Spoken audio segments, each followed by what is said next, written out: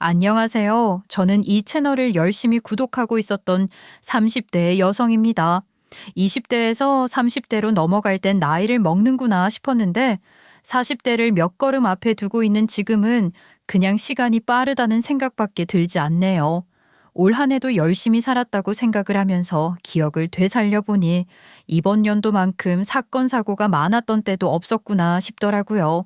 지금도 너무 어지럽게 사건의 순서가 뒤죽박죽 섞여 있는 것 같은 기분이 드네요. 제가 말주변 머리가 없어서 잘 설명할 수 있을지 모르겠습니다. 여러분은 만약 내일 죽게 된다면 오늘을 어떻게 살고 싶으세요?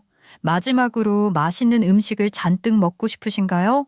아니면 가족들이랑 함께 하고 싶으신가요? 저는 지난 날을 돌아보며 일기를 쓰고 1분 1초를 쉬지 않고 사람들과 대화를 나누면서 마지막을 정리하고 싶어요. 갑자기 왜 이런 생각을 하게 되었는지 궁금하시죠? 그럼 제 사연을 끝까지 들어주시기 바랍니다. 저는 어릴 때 대학을 가기 위한 봉사 점수를 채우기 위해서 노인 요양원에서 봉사 활동을 했었습니다. 그때는 점수를 채워야 한다는 생각만 가지고 봉사를 하러 갔었는데 막상 봉사를 하는 그 시간이 저에게 엄청나게 뜻이 깊은 시간으로 다가오게 되었어요. 제가 착한 척을 한다거나 그런 건 아니고요. 봉사를 하면서 흘리는 땀이 정말 값지다는 생각을 하게 되었죠. 막상 일을 할 때는 엄청나게 힘이 들었지만 모든 것이 다 끝나고 난 뒤에 할머니, 할아버지들께서 주머니에 꽁꽁 숨겨두셨던 사탕 하나를 주시며 고맙다고 인사를 해주시는 게 감동적이었어요. 제가 소위 말하는 감성적인 사람이라서 그런 기억이 더 크게 다가왔을지도 모르겠어요. 하지만 그때 저는 또 다른 꿈을 꾸기 시작했습니다. 대부분의 학생들은 수능을 볼 때까지도 본인이 뭘 해먹고 살아야 할지 갈피를 잡지 못해서 대충 성적에 맞춰 대학에 들어가고 전공과 다른 직업에 뛰어들어 평생을 일의 노예로 살기 바쁘지 않겠습니까? 저 또한 그렇게 생각을 했어요. 그저 가산점 잘 챙기고 내신 잘 챙겨서 제 성적으로 갈 수 있는 제일 좋은 대학에 들어가서 대충 공부하다가 취업이나 제대로 해보자는 생각을 하고 있었죠. 그런데 그 봉사 한 번이 제 인생을 뒤바꾸어 놓았습니다.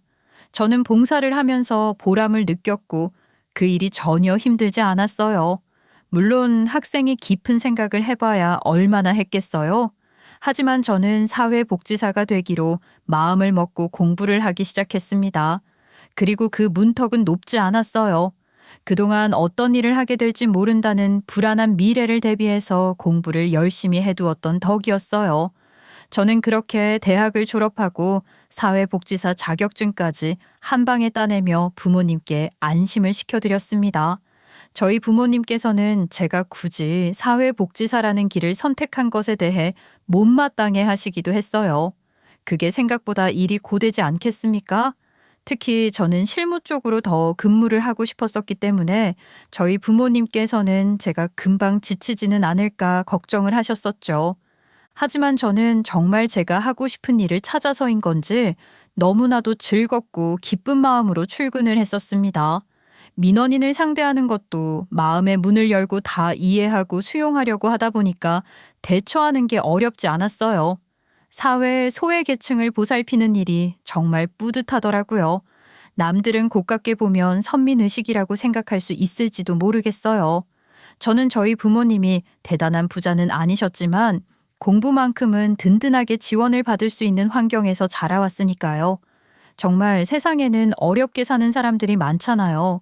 실무를 뛰면서 나라의 복지에 도움을 전혀 받지 못하는 사각지대에 놓인 사람들을 보면서 어떻게든 도움을 주고 싶어서 노력할 수 있다는 것 자체가 저에게는 감동적인 일로 다가왔어요.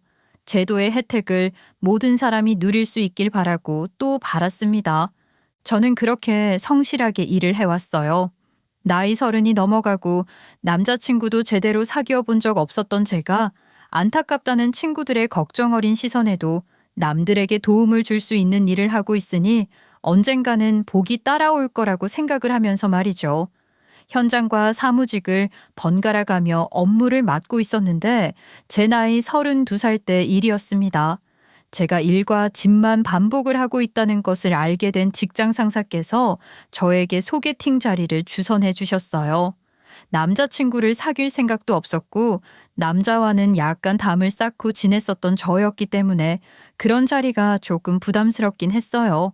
그런데 여러분들도 사회생활을 해보셨으니까 잘 아시리라 믿습니다. 직장 상사가 무려 저를 너무 좋게 봐서 꼭 이 자리를 만들고 싶었다고 강조를 하시는데 제가 어떻게 부담스럽다고 거절을 할 수 있겠습니까?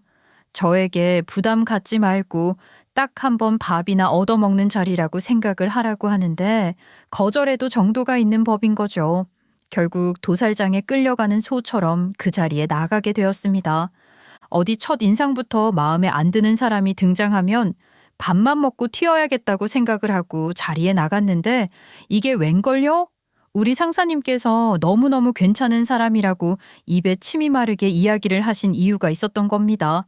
키도 크고 몸도 아주 다부진 게 일을 잘 할 것 같은 사람이 나타났더라고요. 제가 또 남자를 볼 때 그런 걸 중요하게 생각하거든요. 일 잘하는 사람이냐 아니냐. 일을 잘해야 집안에서도 시키는 일 알아서 척척척 할 것 아니겠습니까? 그리고 몸이 튼튼해야 건강하게 오래오래 무탈하게 함께 할 수 있을 것이고요. 그런데 겉모습만 봐서는 아주 다부진 게 딱 제가 원하는 체형을 가지고 있더라고요. 물론 사람의 내면이 가장 중요한 것이라고 말을 하긴 하지만 첫 인상이라는 것은 겉모습으로 판단하게 되지 않겠습니까? 거기다가 저를 딱 알아보고 인사를 건네는데 그 중저음의 목소리가 아주 기가 막히더라고요. 저는 첫눈에 반했던 것은 아니지만 정말 첫눈에 반한 사람처럼 얼이 빠져서 어버버하게 대답을 했어요. 근데 상대도 저의 그런 모습이 좀 귀여웠나 봐요. 그렇게 저희는 식사를 마치고 커피도 한잔하고 헤어지기 아쉬워서 맥주까지 한잔하게 되었습니다.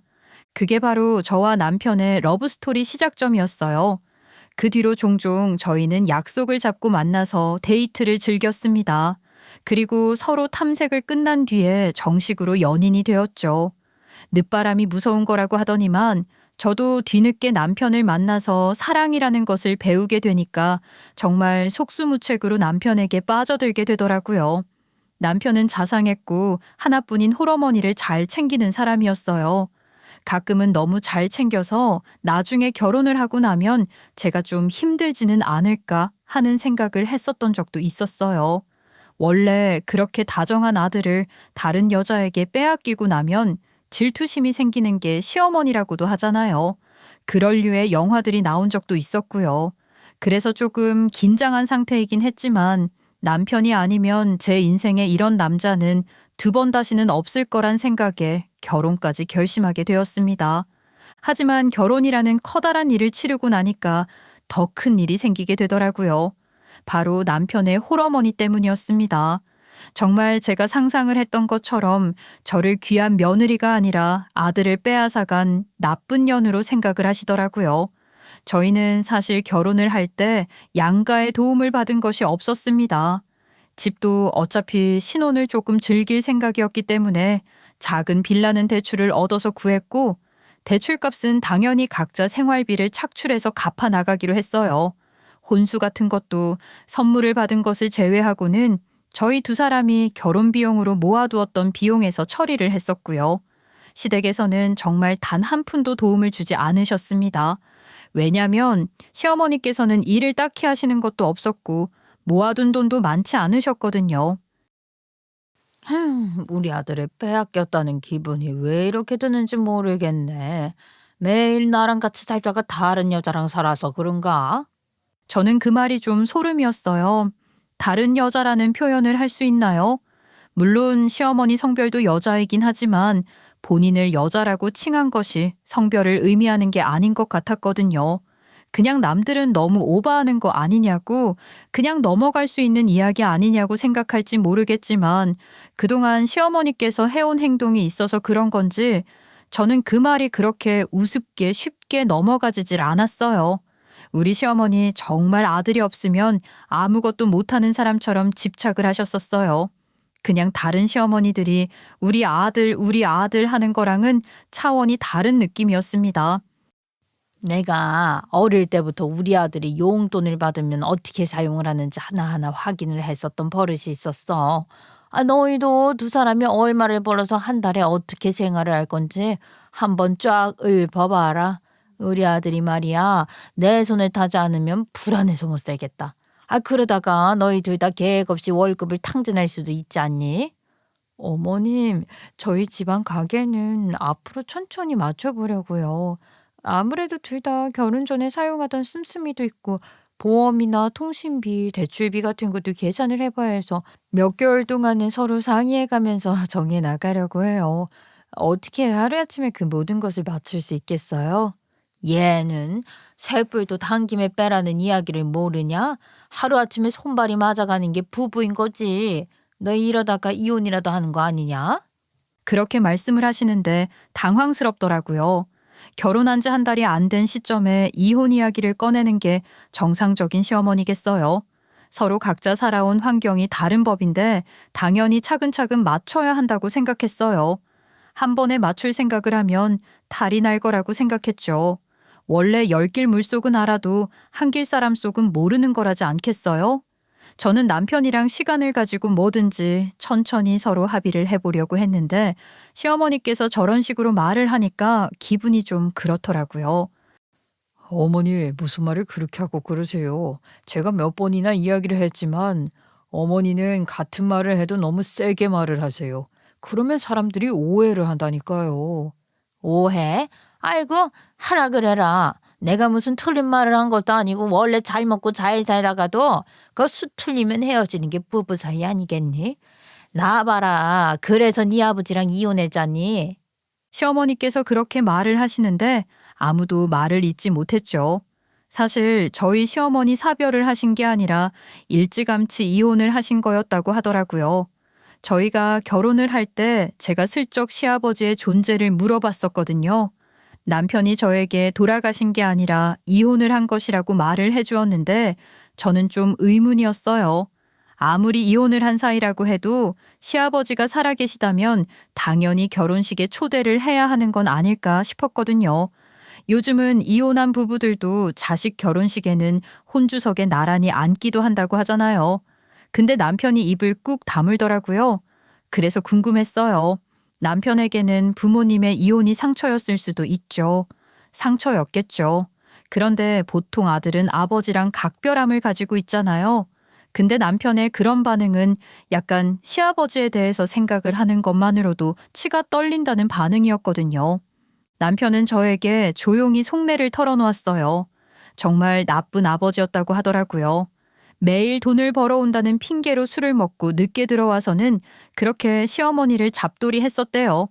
남편은 그때 끽해봐야 초등학생, 중학생이었다고 하더라고요. 그래서 밤 10시만 되면 일찍 자라는 시어머니의 말 때문에 방에 들어가서 잠을 자느라 그 이후 사정은 몰랐지만 아침에 학교를 가려고 일어나면 시어머니께서 매번 그렇게 남편을 붙잡고 서러움을 토로하셨대요. 어제도 니네 아버지가 새벽 1시가 다 돼서 들어와서는 와이셔츠에 여자 화장품 묻혀가지고 왔더라. 내가 정말 서러워서 어떻게 살겠니? 그러더니 나한테 집안에서 하는 게 뭐가 있냐고. 자기가 바깥 일을 하는 것에 신경 쓰지 말라고 소리를 고래고래 지르는데 네가 깰까 봐 얼마나 조마조마하던지. 잠은 잘 잤니? 시어머니께서 매일같이 남편을 감정 쓰레기통으로 생각하셨던 것 같더라고요. 사실 저는 사회복지사로 일을 하고 있었으니까 소외계층에서 부모에게 갖은 괴롭힘을 당한 아이들을 데리고 심리치료를 받을 수 있게 지원하는 사업에도 참여하고 했었거든요. 그때 귀동냥으로 들었던 것들 중에 남편에게 해당되는 일들도 조금 있더라고요. 부모가 자식을 붙잡고 본인의 힘듦, 괴로움을 이야기하는 것만으로도 아직 자아가 성립되지 않은 자식 입장에서는 괴로울 수 있고 정서적으로 나쁜 영향을 끼칠 수 있다고 하더라고요. 물론 시어머니라고 그런 가스라이팅을 의도하고 한 말은 아니었겠죠. 본인이 너무 힘들고 의지를 할 수 있는 사람이 남편밖에 없으니까 그랬을 수 있다고 충분히 생각은 합니다. 하지만 남편은 알게 모르게 그 영향을 꽤 받은 듯 했어요. 시아버지의 이야기를 하는 것을 끔찍하게 싫어하기도 했고 시아버지라면 치를 떨게 된 것이죠. 남편 나이 18살에 시부모님께서 이혼을 하셨다고 들었는데 그 뒤로 시아버지께서는 남편에겐 연락을 좀 하셨던 것 같아요. 시어머니랑 사는 남편이 걱정이 되었을 수도 있고 또 아들이니까 본인이 챙겨줘야 할 부분이 있다고 뒤늦게 후회가 되셨을 수도 있죠.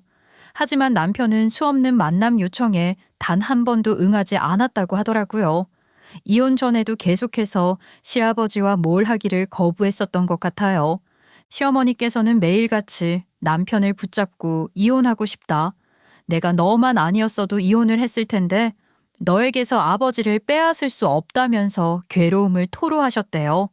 남편은 시어머니의 괴로움이 본인 탓이라고 생각을 하다가도 이 모든 게 집안을 보살피지 않는 시아버지 탓이라고 원망을 하기 시작한 겁니다. 사랑을 해도 모자랄 가족이었는데 미움만 늘어나게 된 것이었어요. 그래서 남편은 시아버지의 연락처도 모르지만 결혼식을 한다고 연락을 할 생각도 없다고 했어요. 저는 조금 놀랐죠. 남편은 착하고 주인 말을 잘 듣는 대형개처럼 순박한 모습이 있고 항상 웃는 얼굴을 하고 있었는데 시아버지의 이야기가 나올 때만큼은 강경하게 싫다고 말을 했거든요. 불우한 환경에서 자랐던 것은 아니었지만 어른들의 욕심으로 인해서 자식이었던 우리 남편이 상처를 받았다고 생각을 하니 저도 시아버지를 그닥 보고 싶지 않다고 생각을 했어요.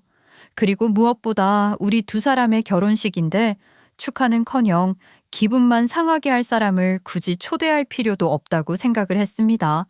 그래서 시아버지께는 연락을 드리지 않았어요. 드릴 수가 사실은 없었어요. 정말로 시어머니도 그렇고 남편도 그렇게 시아버지의 연락처를 모르는 것 같았거든요. 이혼을 한 뒤로 거의 15년이라는 세월이 흐를 때까지 연락 한 통을 안 했다는데 어찌 알겠어요. 살았는지 죽었는지 그것도 모른다고 하더라고요. 아무튼 그 이혼의 영향인지 뭔지 모르겠지만 시어머니의 아들 집착은 점점 더 심해지게 되었던 것 같아요. 제가 느끼기엔 그랬어요. 저는 사회복지사로 일을 하면서 이런 경우도 덜어 봤기 때문에 오히려 시어머니께서 심리치료 같은 걸 받아보면 좋을 거란 생각을 했지만 굳이 입 밖으로 꺼내진 않았어요. 딱 한 번 조심스럽게 꺼냈다가 온갖 욕을 먹었거든요. 어머님, 제가 생각을 해봤는데 요즘은 갱년기가 지나가고 하면 사람이 엄청 무기력해진다고 하더라고요. 그때 막 우울감도 많이 들고 인생의 지난 날을 생각하면서 한 번 더 상처를 받기도 하고요. 그래서 말인데 어머님도 심리 상담 같은 거 받아보시면서 거기서 친구들도 사귀고 하시는 거 어때요? 어머님도 집 밖으로 잘 안 나가시고 하니까 그렇게 바람도 쐴 겸 나가보시면 좋을 것 같은데 제가 좋은 자리 하나 소개시켜 드릴까요? 뭐라고? 심리센터?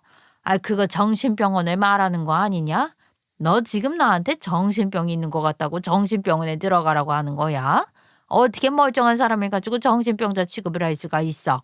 내가 뭐 우리 아들한테 연락하고 보고 싶다고 하는 게 너 꼴사납기라도 하니? 내가 봤을 땐 정신병이 너한테 있는 것 같다. 어미로서 당연히 아들한테 관심을 가지는 거지. 어떻게 그걸 병으로 취급을 하니? 얘, 너 뭐 잘못 먹었어? 정말 속사포처럼 와다다 쏟아내는데 깜짝 놀랐죠. 저는 정말 순수하게 시어머니를 위해서 한 말이었는데 시어머니께서는 제가 시어머니를 정신병자 취급을 하고 있다고 믿으시는 것 같았어요. 저는 그 오해를 풀고 싶었지만 시어머니께서는 풀 생각이 없는 듯 했어요. 남편한테 엉뚱하게 이야기를 하시더라니까요. 남편에게 따로 전화를 한 건지 퇴근하고 돌아온 남편이 저에게 진짜냐고 물어보더라고요. 아니, 정말 우리 엄마한테 정신병원에 들어가라는 말을 했어? 당신이? 엄마가 나한테 자꾸 연락하고 하는 게 아들을 남편으로 생각하는 것 같다고 하면서 아, 무슨 소리를 하는 거야? 아니야. 나는 그렇게 말을 한 적 없어. 그냥 어머님이 갱년기가 막 지나가고 있는 시기니까 그때 보통 여자들은 무기력해진다고 하더라고. 그래서 어머님이 친구들도 많이 없고 집 밖으로 잘 안 나가시니까 우울감을 느끼실까 봐 심리 상담 받아보시면서 친구도 사귀고 하면 어떠냐 한 거지. 엄마가 오해를 할 만한 것 같기도 하고 어르신들이 심리 상담이라고 하면 다들 정신병원인 줄 오해하고 그러잖아. 다음부터는 좀 조심해줘. 남편이 그렇게 말을 하는데 요즘 심리 상담 받는 게 뭐가 어떻다고 저렇게 예민하게 구는지를 모르겠더라고요. 그런데 알게 됐죠. 남편이 저에게 조심스럽게 자려고 누워서 비밀로 해달라며 말을 꺼냈는데 시아버지랑 이혼하기 전에 두 분이 말다툼을 했는데 시아버지께서 시어머니가 정신병자라고 정신병원에 집어넣겠다고 난리를 치신 적이 있었다는 겁니다. 그때는 시아버지 혼자 동의만 해도 들어갈 수 있었을 때라 시어머니를 정신병원에 가두겠다고 했을 때 말릴 수 있는 사람이 아무도 없었대요. 그게 트라우마가 된 것인지 시어머니께서 정신과와 관련된 이야기만 나오면 그렇게 기겁을 하신다고 하더라고요. 저야 그런 속 사정을 몰랐으니까 시어머니께서 유난이라고 생각을 했던 것이었고요. 그렇게 사정을 듣고 나니까 조금은 죄송한 마음이 들더라고요. 트라우마였다면 제가 조심스럽게 한 말에도 강한 반응이 나올 수 있다고 생각했어요. 하지만 그런 거 하나하나가 모이다 보니까 저도 점점 스트레스를 받게 되더라고요. 저는 사회복지사로 일을 하면서 남들을 돕고 있었잖아요. 당연히 우리 가족도 돕고 싶은 마음이 있는데 제가 말을 할 때마다 다 오해를 하는 것 같으니까 가족들 사이에서 점점 주눅이 드는 기분이 들었어요. 밖에서 그렇게 밝은 에너지를 뿌리고 있는데 집안은 썩어가고 있으면 안 되는 거잖아요. 나름의 고민도 많이 있었죠. 그런데 저의 그런 고민을 싹 날려버릴 수 있는 일이 일어나게 되었습니다. 제가 결혼 2년 차에 임신을 하게 된 것이었어요. 그게 제 나이 36살이었습니다. 저는 정말 기뻤어요. 사실 우리 남편은 아버지에 대한 부재 때문인지 본인이 좋은 아버지가 될 수 없을 것 같다고 아이를 가지는 것에 대한 두려움이 있는 사람이었어요. 제가 아이를 일부러는 가지지 말자고 아이가 만약에 생기게 되면 우리가 부부로서 노력을 잘 해보자고 했는데 아이가 딱 생긴 거죠. 얼마나 기뻤는지 모르겠습니다. 저는 만삭에 육아휴직을 낼 때까지 정말 열심히 일을 했습니다. 제가 실무 업무를 맡고 있었기 때문에 팀 사람들이 많이 부담스러워하고 걱정을 하긴 했었어요. 만삭의 몸으로 뒤뚱뒤뚱 소외계층들의 형편을 보러 가고 제도적인 도움을 줄 수 있는지 사무실에 앉아서 찾아보고 하는 게 무리가 갈 것이라고 생각을 했던 것 같아요. 하지만 저는 정말 즐겁고 좋았어요. 저의 이런 봉사정신과 남들을 생각하는 마음을 뱃속에 있는 우리 아이가 보고 배웠으면 좋겠다고 생각을 했거든요. 그래서 남들이 걱정을 해도 괜찮다고 잘 할 수 있다고 안심을 시키면서 일을 했죠. 배가 불러옴에 따라 제가 맡은 구역의 크기가 줄어들면서 다른 사람들이 몇 배로 일을 해야 했지만 서로서로 배려를 하면서 조율하는 게 또 다른 즐거움이었어요. 물론 어느 직장인이 일을 하는 게 그렇게 즐겁기만 하겠어요? 악성 민원인을 만나면 스트레스를 받기도 했었죠. 그래도 저에게는 육아휴직이라는 게 있었으니까 열심히 달려온 만큼 쉴 수 있다는 위안이라는 게 있었죠.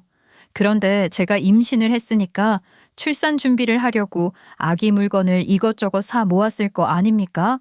유아차도 그렇고 아기 옷들도 그렇고 예쁜 게 너무나도 많더라고요. 물론 신생아일수록 하루가 다르게 커버리니까 옷 같은 걸 많이 사둘 필요가 없다고 하지만 한 번뿐인 우리 아이의 매일매일인데 새 옷 입고 금방 버려도 좋으니 예쁘게만 키우고 싶더라고요.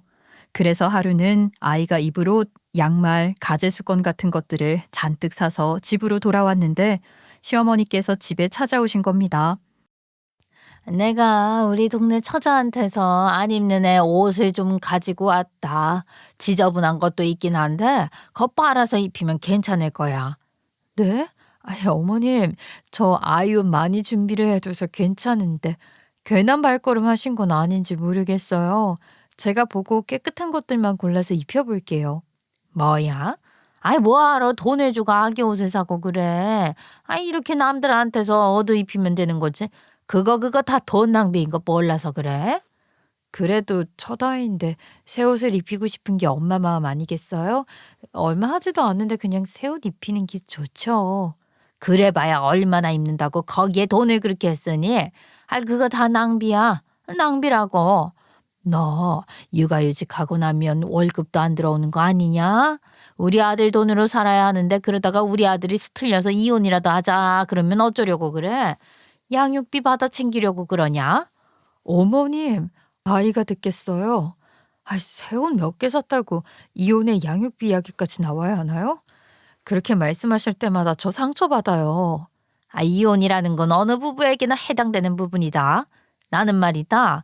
양육비 한 번을 안 받고 우리 아들 키웠다. 너 나중에 이혼하더라도 내 아들한테서 돈 뜯어갈 생각하지 마. 어머님, 저희 이혼할 일 없고요. 아이가 생긴 시점부터는 그런 생각 해본 적도 없어요. 어머님이 저 이혼시키고 싶으신 건 아니고요. 어머님, 저 솔직하게 말을 하면요. 어떻게 대답을 해야 맞을지 모르겠어요. 자꾸 우리 아들 하시는데 제가 보기에는 그게 전부 아들에 대한 집착으로 보인다고요. 뭐? 내가 내 아들한테 그런 소리도 못해?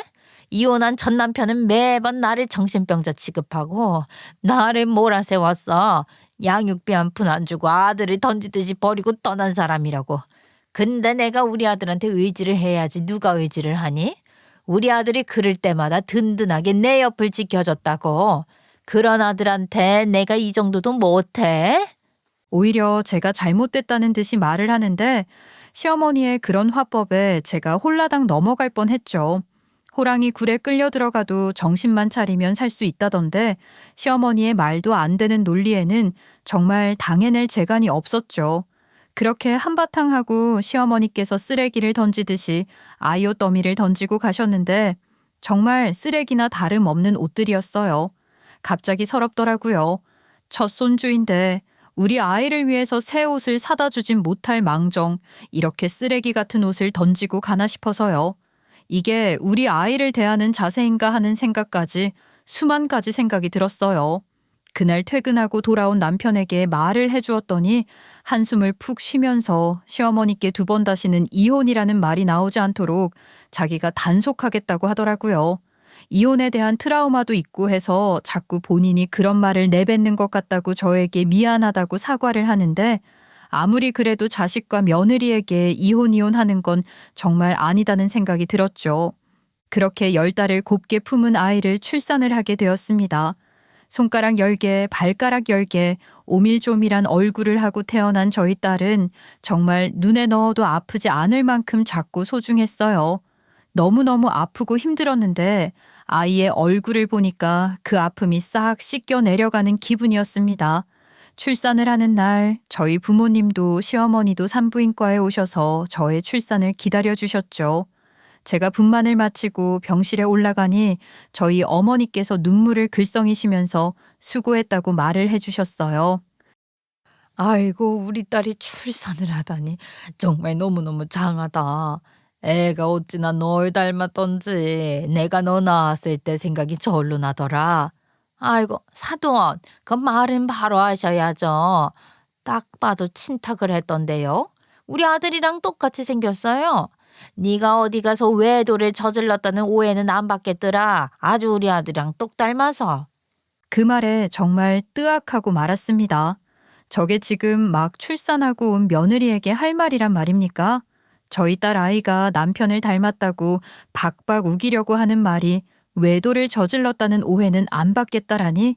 어떻게 저런 말을 저희 부모님도 있는데 할 수 있단 말입니까? 제가 정말 막 출산하고 나온 게 아니었다면 자리에서 벌떡 일어나서 시어머니의 머리채라도 잡았을 것 같아요. 정말 저희 어머니께서 시어머니의 머리채를 잡아도 남편이 할 말 없겠다 싶었죠. 황당해하는 저희 부모님께서도 말을 잇지 못하셨는데 시어머니만 내가 못할 소리 했냐 하는 얼굴로 계시는 겁니다. 어머니 사과하세요. 어떻게 그런 소리를 아무렇지도 않게 하십니까? 외도라니요. 정말 해도 너무하십니다.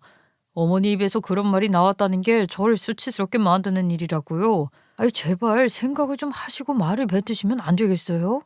뭐라고? 너 지금 평생 너를 키운 애미한테 윽박을 지르는 거야? 아이고 내 팔자야. 며느리가 도대체 우리 아들을 어떻게 구워 삶았길래 단 한 번도 나한테 반항을 안 했던 우리 아들이 일이 변했을꼬? 네가 이렇게 만들었지 네가. 우리 남편이랑 점점 더 닮아가는 것 같아서 내가 숨을 쉴 수가 없어. 어머니, 도대체 무슨 소리를 하시는 겁니까? 제발 나가주세요. 여기서 어머니가 입을 열어봐야 그 어떤 사람의 공감도 얻어낼 수 없을 겁니다. 나가시라고요. 남편은 우악스럽게 시어머니의 팔을 질질 끌고 병실 밖으로 나갔어요. 저희 부모님께서도 엄청나게 화가 나셨는지 시어머니를 보내버리고 돌아온 남편에게 크게 한 소리를 하셨죠. 딸 가진 사람이 죄인도 아닌데 그런 소리를 듣게 하냐고 화를 내시는데 제가 다 속상하더라고요. 남편은 계속해서 죄송하다는 말밖에 하지 못했죠. 사실 남편의 잘못도 아니긴 했어요. 화를 내도 시어머니한테 냈어야 했는데 정말 앞으로 어떻게 해야 할지가 더 막막했죠. 3일을 병원에서 보내다가 조리원에 들어가게 되었는데 시어머니께서는 조리원까지 쫓아올 기세였습니다. 이쯤 되니까 정말 미치겠더라고요.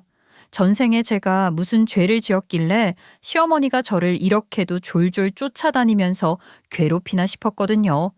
남편이 대놓고 제가 있는 조리원은 그 어떤 사람도 면회가 안 되는 곳이라고 남편 말고는 들어갈 수 없는 곳이라고 거짓말을 해주어서 2주일은 편안하게 지낼 수 있었습니다. 그 이후부터는 친정엄마께서 저희 집을 오며 가며 도와주셨고요. 시어머니도 저희 엄마 앞에서는 막말을 해선 안 되겠다 싶었는지 조용하셨죠.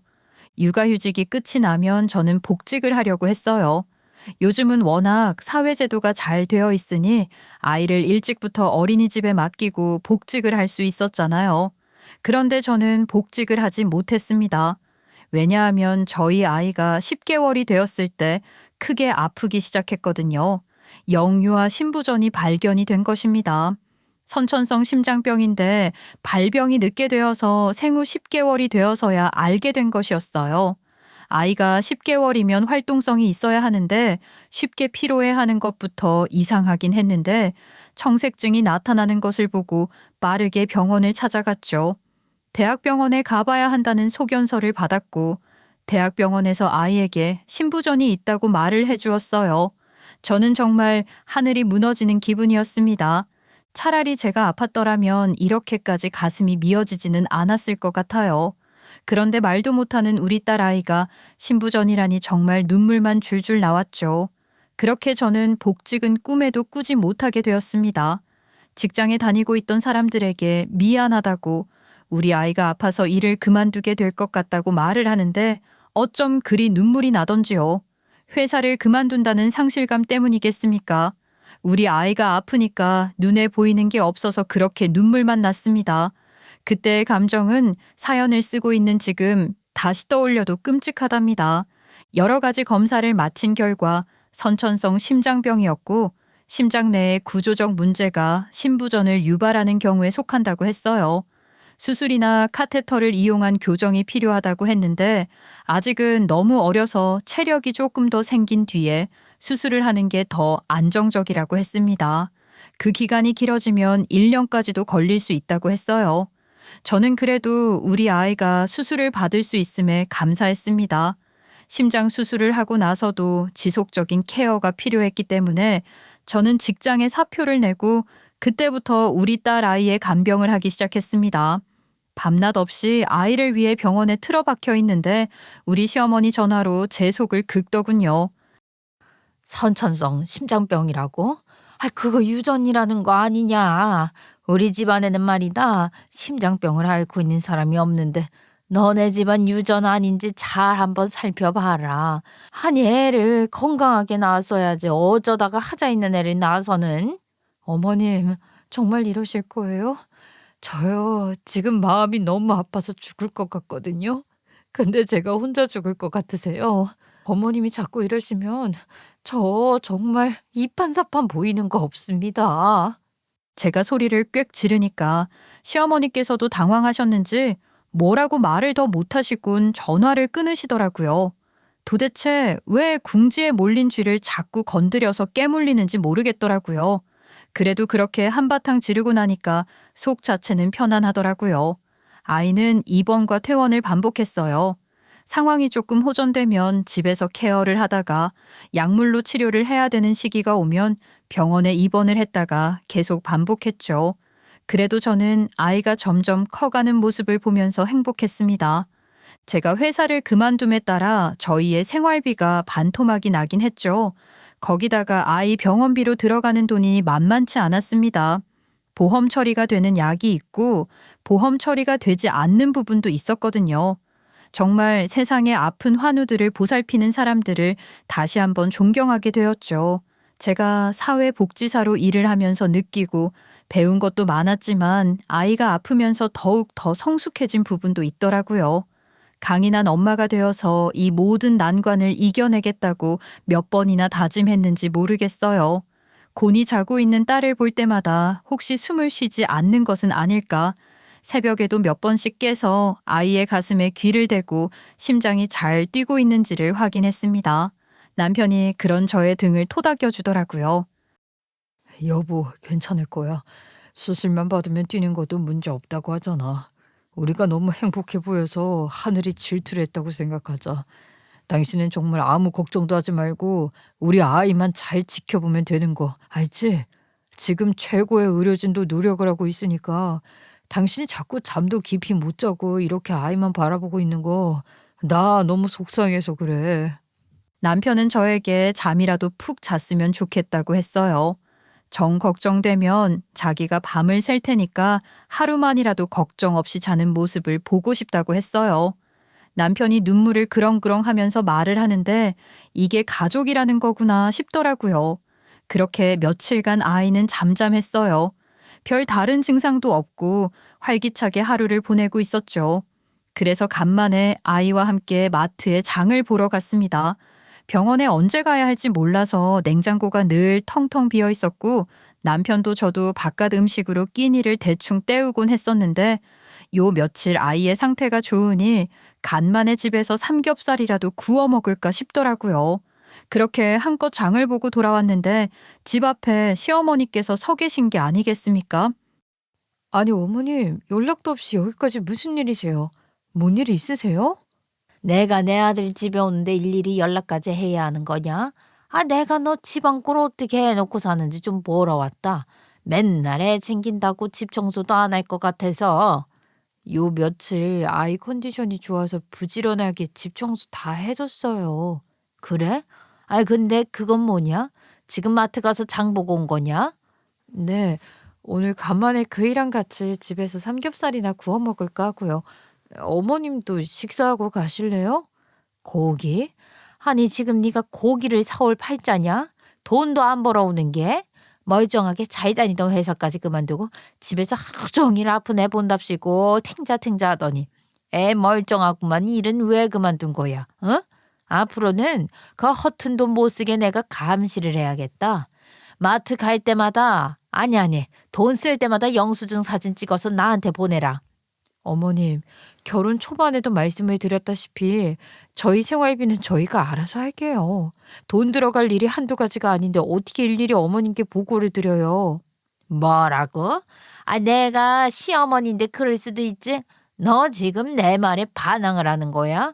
너 말이다. 이 집 누구 집이냐? 아니 너네 부부가 공동 명의로 같이 대출 받아서 마련한 집 아니냐? 대출값을 같이 갚기로 하고. 근데 네가 이제 일을 그만뒀는데 이 대출값을 어떻게 갚을 거야? 어? 그러니까 이 집이야말로 내 아들 집이지 않냐 이 말이야. 어머님께서 지금 부부 공동명의 공동재산이라고 말하신 거 아닌가요? 2년이? 지금 내 아들 돈을 다 헤쳐먹으려고? 우리 아들이 대출비를 다 갖고 있는데 우리 아들 돈이지 어떻게 공동재산에 공동명의라는 뻔뻔한 소리를 하고 있어. 명의에서 당장 이름 빼. 우리 아들 혼자 돈 갖고 있는데 너는 숟가락을 왜 얹어?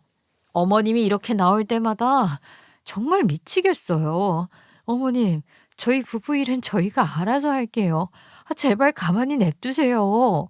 가만히 냅뒀다가 내 첫남편처럼 뒤통수 치고 날아버리면 우리 아들은 어쩌라고? 우리 아들 빼먹을 거 다 빼먹고 헌식작 버리듯이 버리면 어떻게 하라고? 앞으로는 나한테 일일이 보고를 하도록 해라. 알겠냐? 100원짜리 하나라도 허투루 쓰면 쫓겨날 줄 알아 너? 딱 자기 할 말 싹 뱉어버리더니 뒤도 안 돌아보고 가시는 게 아니겠습니까? 집 청소는 무슨 그냥 저에게 잔소리 뱉고 싶어서 찾아오신 것이었어요. 그러니까 일부러 남편이 회사 가고 없는 시간에 집에 찾아오신 거였겠죠. 정말 너무너무 열이 받더라고요. 두 번 다시는 이혼 이야기를 꺼내지 않기로 했으면서도 제가 자꾸 남편 뒤통수를 치고 떠날 것 같다고 본인 편한 대로 생각하고 뇌를 거치지 않고 말을 내뱉는데 열받지 않을 사람이 어디 있겠어요. 저는 그 길로 마트에서 장 본 것을 거실에 내려두고 서랍장을 뒤지기 시작했습니다. 그리고 제 이름으로 된 지금 살고 있는 저희의 신혼집 계약서를 들고 부동산을 찾아갔습니다. 저는 그날 저녁 시어머니께 신혼집 매도 계약서를 사진으로 찍어서 보냈습니다. 남편이 퇴근하고 돌아온 뒤에 남편에게도 보여주었어요. 남편의 눈이 휘둥그레 커졌죠. 저는 사정을 대충 설명을 해줬어요.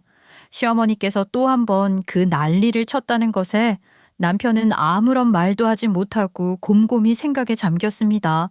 매도 계약서를 확인한 건지 시어머니께 전화가 걸려왔더라고요. 야 이년아, 너 미쳤냐? 감히 내 아들 집을 네가 뭔데 매도를 하고 지랄이야 지랄이. 너 거기 꼼짝 말고 있어. 내가 오늘 아주 네 머리털 다 뽑아 넣을 테니까. 자세하게 확인하신 거 맞으세요? 그게 왜 당신 아들 집입니까? 제 이름으로 된 제 집인데요. 그러자 수화기 너머에서 아무런 소리도 들리지 않더라고요. 그제서야 이름을 제대로 확인했나 봅니다. 그 신혼집 명의자 이름이 제 이름으로 되어 있다는 사실을 말입니다. 시어머니께서는 놀란 듯 숨을 헉소리 나게 들이키셨어요. 그러더니 지금 바로 갈 테니까 이게 어떻게 된 일인지 자초지종을 들어야겠다고 하시더라고요. 저는 지금이야말로 모든 진실을 털어놓을 시간이라는 생각이 들었습니다. 꽤 오랜 시간 동안 묵혀두었던 몇 년 동안 저에게 있었던 일을 전부 다 털어놓을 때가 된 것이었죠. 한 20분쯤 지났을까? 초인종 벨이 울리더라고요. 저는 가만히 거실 소파에 앉아 있었고 남편이 가서 현관문을 열었습니다. 그러자 용수철이 튀어오르는 것처럼 맨발에 슬리퍼만 신고 달려왔던 시어머니께서 슬리퍼를 집어던지고 맨발로 제 앞으로 달려오셨어요. 정말 머리끄댕이라도 잡을 기세로 달려오는데 남편이 뒤에서 시어머니의 허리를 잡고 말리지 않았으면 아마 머리털을 그대로 뜯겼을지도 모를 일이었을 것 같아요. 이거 여자 하나 잘못 굴러 들어와서 집안이 망가지네. 집안이 망가져. 어떻게 우리 아들을 꼬셔놨길래 집 명의까지 그렇게 가져갈 수가 있어? 너 뭔 짓을 한 거야? 꼬시긴 뭘 꼬셔요. 어머님 말씀대로라면 돈을 낸 사람이 집을 가져가는 게 맞는 거 아닌가요? 직장도 그만둔 주제에 네가 무슨 돈이 있어서 이 집을 가져가냔 소리다. 우리 아들이 대출값 내고 있으니까 당연히 우리 아들 몫이어야지. 설마 니네 친정에서 몰래 돈 해주더냐? 엄마, 제발 그만 좀 하시라고 제가 몇 번을 부탁했는데 아직도 이러세요. 예? 엄마는 정말 정신병원에 가서 치료라도 받아야 할 것 같아요. 아, 그게 무슨 자격지심이냐고요. 남편의 입에서 정신병원 이야기가 나오니 시어머니께서 입을 꾹 다무시더라고요. 그러더니 온몸을 부들부들 떨기 시작했어요. 너도 그 망할 인간이랑 똑같이 변해버렸어. 제발 그러지 않기를 내가 바랐는데. 아유, 어떻게 지아비가 했던 소리랑 똑같은 소리를 할 수가 있어? 멀쩡한 사람을 정신병원에 가두겠다니. 너희가 그러고도 사람이냐? 사회복지사라는 게 지 가족한테는 이럴 수가 있어? 아이고 내가 이 꼴을 보면서 어떻게 살아? 아버지 만났어요. 엄마가 나한테 그랬죠. 아버지는 맨날 술을 먹고 들어와서 엄마를 괴롭혔다고. 아버지 와이셔츠엔 늘 여자 화장품이 묻어있다고요. 이혼을 한 뒤로 여태까지 양육비 한 번에 준 적이 없었다고. 아버지는 매번 나를 보면서 외도의 흔적 아니냐고 의심했다고. 엄마가 늘 나한테 서럽다면서 그렇게 이야기를 했잖아. 그 말에 시어머니의 입이 다시 한번 다물어졌습니다. 시어머니 입장에서는 무척이나 충격적인 이야기였을 겁니다. 줄줄이 쏟아진 이야기가 아니라 제일 처음 남편이 아버지를 만났어요 라고 한 부분이 말일 겁니다. 시어머니는 그동안 남편이 시아버지를 만날까봐 어떻게든 막았었을 겁니다. 저도 이 진실을 알게 된 건 아주 우연치 않은 일 때문이었습니다. 지금부터 잘 들어주세요. 임신을 하기 전 저는 시어머니에게서 받는 스트레스로 인해 이미 상처를 입은 상태였습니다. 그럼에도 불구하고 사회 소외계층을 위한 복지사 일을 그만두지 않았었죠. 제가 맡은 실무 중에 하나가 홀로 사는 노인들 중 의료 혜택을 받지 못하는 사람들을 찾아다니면서 후원을 받을 수 있는 방법이라든지 의료보험을 살리는 법을 알려드리는 일이었는데 그때 우연치 않게 중년의 남성을 만나게 되었습니다. 소위 말하는 달동네 쪽방 같은 곳에서 생활을 하시는 분이셨는데 몇 년 전 하더라도 일용직 노동일을 하시면서 먹고 살 만큼의 돈을 벌었다고 하시더라고요. 나이대는 60대 후반으로 보였습니다. 중년이라기보단 노인에 가까운 나이였죠. 그런데 그 남성분이 암에 걸리셨더라고요. 암을 치료하자니 병원비가 너무 비싸서 초기임에도 불구하고 끙끙 앓고만 있었던 겁니다. 저는 복지 혜택을 누릴 수 있는 방법을 알아봐 드렸어요. 그동안 기초생활수급자 신청도 안 하셨더라고요. 자기가 살아서 뭘 하겠냐면서 그런 거 안 해도 된다고 하시는데 자식은 없냐고 물어보았죠. 아들이 하나 있는데 마누라랑 이혼을 한 뒤로 얼굴도 한번 못 보고 지금은 연락도 끊겼다고 말씀을 하시더라고요. 뭔가 우리 남편과 비슷한 이야기 같아서 마음이 더 갔습니다. 그래서 저는 백방으로 알아봐서 연체된 의료보험을 해결할 수 있는 방법과 병원과 연계해서 소외계층에게 후원을 해주는 센터들도 알려드렸어요. 심사 과정이 조금 복잡하긴 했지만 그래도 운이 좋으면 빠르게 치료를 이어갈 수 있을 것 같았습니다. 원래는 그렇게까지 자주 들여다보진 않지만 괜히 마음이 쓰여서 몇 번 더 찾아뵙고 또 먹을 것도 챙겨드리곤 했어요. 물론 사비로요.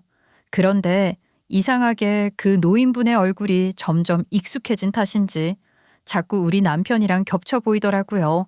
흔하디 흔한 성씨고 또 저희 센터 관할 구역이었으니까 저희 집이랑도 시댁이랑도 거리가 멀지 않은 곳이었는데 이렇게 가까이 살면서 한 번도 아버지와 연락이 안 닿았을 리도 없었을 것 같다는 생각이 들어서 그냥 우연히 사연이 맞물린다고 생각을 했는데 제가 몇 번 찾아가니 노인분께서 저에게 미주알, 고주알 예전 이야기들을 해주시는데 점점 이상하게 저의 시아버지 같다는 생각이 드는 겁니다. 혹시 젊었을 때 아들이랑 찍은 사진은 없냐고 물어봤는데 딱 한 장 가지고 있다고 하시더라고요. 그건 초등학교 졸업 사진이었어요. 근데 정말 소름이 돋더라고요. 그 사진에 초등학교를 졸업한 꼬마가 정말 제 남편인 겁니다. 시댁에서 찍은 사진을 본 적이 있어서 알고 있었어요. 물론 제가 본 사진에는 시아버지가 계시지 않았지만요. 혹시 할아버님 아드님 성함 김현우예요? 아니, 우리 아들 이름을 어떻게 알아? 아이, 저자, 우리 아들이랑 아는 사이야. 우리 아들 어디서 뭐 하고 살고 있는지 알아? 저도 너무 소름이 돋아서 제가 그러니까 김현우 와이프예요. 할아버님 며느리예요. 시아버지께서는 믿을 수 없다는 표정을 지으셨어요. 저도 정말 믿을 수가 없었죠. 어떻게 이런 우연이 저에게 운명처럼 생길 수 있는 건지 놀라웠어요. 하지만 남편과 시어머니께 전해들은 시아버지의 이야기는 늘 최악이었기에 제가 며느리라는 것을 밝힌 것이 잘한 일인지는 알 수 없었죠. 그런데 시아버지께서 제 손을 꼭 잡으시는 겁니다. 우리 현우가 아주 제대로 된 처자를 만나서 결혼을 했구만. 우리 현우, 지 어미 치마폭에 쌓여서 아무것도 못하는 바보 천지로 자랐으면 어떡하나 내가 걱정이 얼마나 많았다고. 그 옆에 내 마누라였지만 정말 어마어마한 집착이 있는 사람이었어. 나에게서 우리 현우에게 넘어갔을 텐데 내가 우리 현우를 그렇게 데려오고 싶었는데 법원에서 아이는 엄마가 키워야 한다나. 게다가 그 옆편네가 우리 현우를 얼마나 세뇌시켜놨는지 그놈이 나를 아비라고 생각도 안 하더라고. 그게 무슨 소리세요? 그렇게 그리워하셨으면 양육비라도 보내주시지. 아니, 그건 또 무슨 소리야. 내가 매달 양육비를 있는 돈 없는 돈 다 털어서 보냈는데 그 옆편네 일 한 번 안 하고 어떻게 지금까지 생활을 했겠나. 현우 대학 등록금까지 내가 막노동 해가면서 벌어다 줬는데 그 여편네 때문에 다니던 직장에서도 잘리고. 시아버지의 이야기를 듣는데 정말 정신이 없더라고요. 일단 이혼을 한 것은 시어머니의 집착 때문이 맞았답니다. 건설회사에서 재직을 하고 있었던 시아버지는 돈도 꽤 잘 버셨대요. 대신에 그 당시 건설업체들은 뒷로비가 꽤 즐비했어서 접대를 많이 했어야 했다고 하더라고요. 소위 말하는 그런 주점들 있잖아요. 그래도 늘 깨끗하게 술만 드셨대요. 그런데 시어머니께서 의심을 하기 시작하신 겁니다.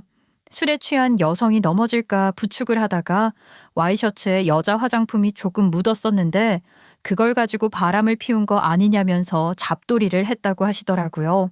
시아버지께서는 결백함을 주장했는데 시어머니께서 직장까지 찾아와서 난동을 부리셨다는 게 아니겠습니까? 그 바람에 찍혀버리고만 시아버지는 일도 그만두셔야 했고요. 의부증이 심해도 너무 심해지고 자꾸만 저희 남편에게 가스라이팅을 한 겁니다. 네 아버지가 바람을 피웠다. 가정에는 관심 없다. 어디 배다른 형제가 있을지도 모른다 등등. 본인이 시아버지를 괴롭히고 있었으면서 본인을 괴롭히는 척 그렇게 남편을 세뇌시킨 거죠. 결국 이혼을 하고 나서도 양육비를 꼬박꼬박 보냈음에도 불구하고 남편의 대학 등록금까지 그 이후 생활비까지 보냈음에도 양육비 한 푼 안 준 아버지로 아들에게 외면을 당한 것이죠. 삶의 의지가 꺾인 시아버지는 막노동 일을 하면서 하루 벌어 하루 먹고 살다가 지금까지 이르게 된 것이었습니다. 거기다가 암으로 투병까지 하게 된 것이었고요. 이 사실을 알았는데 제가 어찌 가만히 있을 수 있겠습니까? 남편에게 솔직하게 전부 다 털어놓았고 남편은 처음에 받아들이지 못했어요. 저에게 시아버지가 거짓말을 하는 거라고 믿지 말라고 했지만 저는 양쪽의 말을 다 들어봐야 한다고 생각을 했어요. 다행히 매달 양육비를 이체했던 내역이 있었고 증거를 보자마자 남편도 그동안 본인이 알았던 진실이 아니라는 것을 알게 되었죠. 그렇게 극적으로 몇 개월 동안의 설득 끝에 남편은 시아버지를 만나게 되었고 서로 화해까지 하게 된 것입니다. 시아버지께서는 암으로 인해 많이 힘들어 하셨어요. 마지막 가는 길 제가 임신을 했을 때였는데 저와 남편이 지켰습니다. 장례도 당연히 치러드렸고요. 그런데 생각지도 못한 유언이 있었습니다. 시아버지께서 처음에 암 진단 받았을 때 돈부터 시작해서 수많은 보험금을 단 한 푼도 쓰지 않으셨더라고요. 거기다가 질병으로 인한 생명보험금까지 받을 게 있었습니다. 그 보험금을 전부 제 이름 앞으로 해주신 겁니다. 결혼식에도 참석하진 못했지만 너무 뒤늦게 알게 된 내 며느리지만 며느리 덕분에 평생의 한을 풀었어. 내 아들과 다시 만나게 해줘서 고맙네. 내 보험금은 전부 며느리 앞으로 주겠네. 저는 남편에게 돈을 가져가라고 했지만 남편은 시아버지께서 저에게 남긴 보험금이니 제가 가지는 게 맞다고 했어요. 서로 실랑이를 벌이다가 결국 그 보험금으로 아파트 대출빚을 갚기로 했고 남편의 고집을 이기지 못해서 아파트 명의를 제 명의로 돌리게 되었던 것입니다. 남편이 고해성사를 하듯이 모든 걸 다 털어놓고 나니 시어머니께서 바닥에 털썩 주저앉으시더라고요. 결국 그 인간이 모든 걸 털어놓고 갔단 말이야. 그게 뭐가 잘못된 거니? 엄마가 오죽했으면 그랬겠어. 스스로를 변호하려고 하지 마. 엄마가 한 행동은 잘못된 거야. 나는 아버지를 잃어버린 채 그렇게 살아야만 했어. 그러니까 앞으로는 엄마도 없는 셈 치고 살 거라고. 아니 나랑 인연을 끊겠다고? 아이고 그게 무슨 소리냐. 내가 너 없이 어떻게 살아. 얘 며느리야. 우리 아들 좀 말려봐라. 내가 어찌 너희 없이 살겠니. 내가 욕심 부린 거다. 그래 네 말 맞다나. 내가 정신병이 맞아. 치료도 받을게. 이렇게 싹싹 빌게. 내가 잘못했다. 잘못했어. 너무 늦었어요. 이제 와서 후회해봤자 엎질러진 물입니다. 저도 남편 말에 동의해요. 어머님이랑은 안 보고 살고 싶습니다. 내가 다 잘못했다. 그 정신병 치료 받을게. 제발 나를 이렇게 버리지 말아다오. 안 된다 제발. 시어머니께서는 울고불고 빌었지만 저와 남편은 강경했습니다. 그리고 정말로 아파트도 내놨어요. 이 모든 사실을 알고 시아버지의 장례를 치른 다음 결정을 내린 것이었어요. 시어머니 몰래 이사도 가고 연을 끊고 살자고 말입니다. 지금이 딱 그때가 된 것이었지요. 서류를 떼기 위해 부동산의 계약서를 들고 갔을 뿐이었죠. 그렇게 한 달 동안 시어머니께서는 비가 오나 바람이 부나 저희 집을 찾아와 빌었지만 끝끝내 저희 집 현관문 꼬리는 열리지 않았고 저희는 시어머니 몰래 이사를 가게 되었습니다. 그 뒤로 1년이 지난 지금까지도 연락은 한 통도 하지 않고 지내고 있습니다. 저희 친정에 시어머니가 찾아가서 저희가 살고 있는 곳을 알려달라 했다지만 사정을 다 들으신 친정 부모님도 경찰을 불렀다고 하시더라고요. 안타깝지만 저희는 시어머니와 멀어진 뒤 더욱 단단해지고 행복해졌습니다. 저희 아이 심장 판막 수술도 무사히 끝났고요. 지금은 아직 집중 치료가 필요해서 병원에 입원 중이지만 아주 상태가 좋아지고 있답니다. 모든 일이 한 번에 휘몰아치고 한 번에 꺼진 기분입니다. 앞으로 저희 가족 더욱 더 화목하게 성장할 수 있도록 응원해 주시면 감사하겠습니다. 이만 제 사연을 마치겠습니다.